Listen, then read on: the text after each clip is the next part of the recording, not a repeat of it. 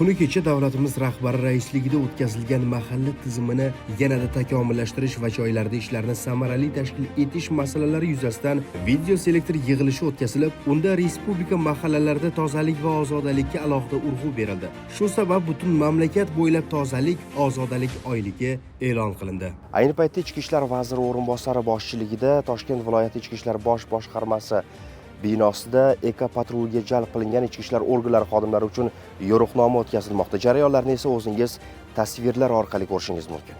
O'tkazilgan yo'riqnomada ichki ishlar va Milliy gvardiya xodimlari belgilanmagan joylariga chiqindi tashlaganligi uchun fuqarolarga jarima qo'llash vakolati borligi, lekin hamyurtlarimiz bilan xushmuomalada bo'lish lozimligi yana bir bor ta'kidlandi. Vazirimiz o'rinbosarlari nomidan buyuraman. Ekologik patrul tadbirida tozalikka rioya etilsin. Shundan so'ng eko-patrul xizmat sari yo'lga otlandi.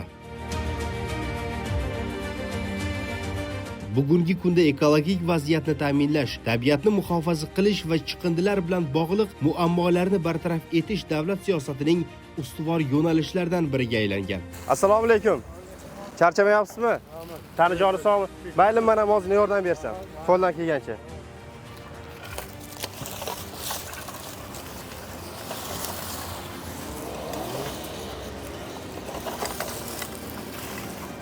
Davlatimiz rahbarining ekologik vaziyatni yaxshilash bo'yicha bergan topshiriqlarga binoan butun respublikamiz bo'ylab ko'rishingiz mumkin obodonlashtirish ishlari amalga oshirilyapti. Biz ham bunga qo'limizdan kelgancha imkon darajasida hissa qo'shyapmiz.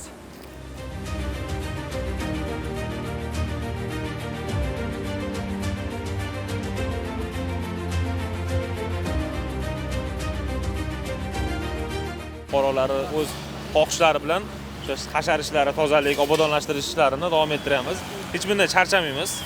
Butun respublikamiz bo'ylab amalga oshirilyapti, to'g'rimi? Xuddi shunday, butun respublikamiz bo'ylab xuddi mana shunday obodonlashtirish, tozalik, ekologik soflik ishlari amalga oshirilyapti. Shu birlikda hammamiz o'sha toza havoda nafas olish uchun atrofimiz toza, obodon bo'lishi kerak. Azizlar, biz esa davom etamiz. Keyingi manzil sari yo'lga otlanamiz, kuzatib boring.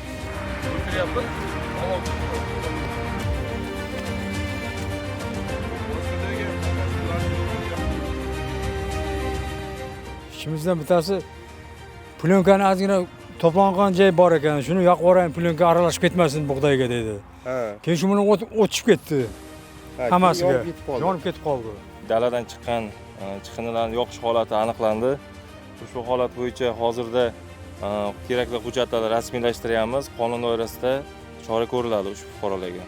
Guruch kurmaksiz bo'lmagani kabi afsuski fuqarolarimiz orasida ham yon atrofini chiqindidan tozalash o'rniga buning aksini qilayotganlar ham uchrayapti. Shu 3-4 kun oldin uyimizda ozgina musor yig'ilib qolgandi. Shu musorlarni olib kelib, mana shu yo'l yoqaga tashlagandim. Kameraga tushgan ekan. Tushuntirishlarni olib borishda boshqa qaytarilmaydi. Kameraga tushmaganingizda anaqa qilmasizda? Yo, unaqa tashamasdi. Yo, tashamasdik endi. Bir bo'lib qoldi shunaqasi endi.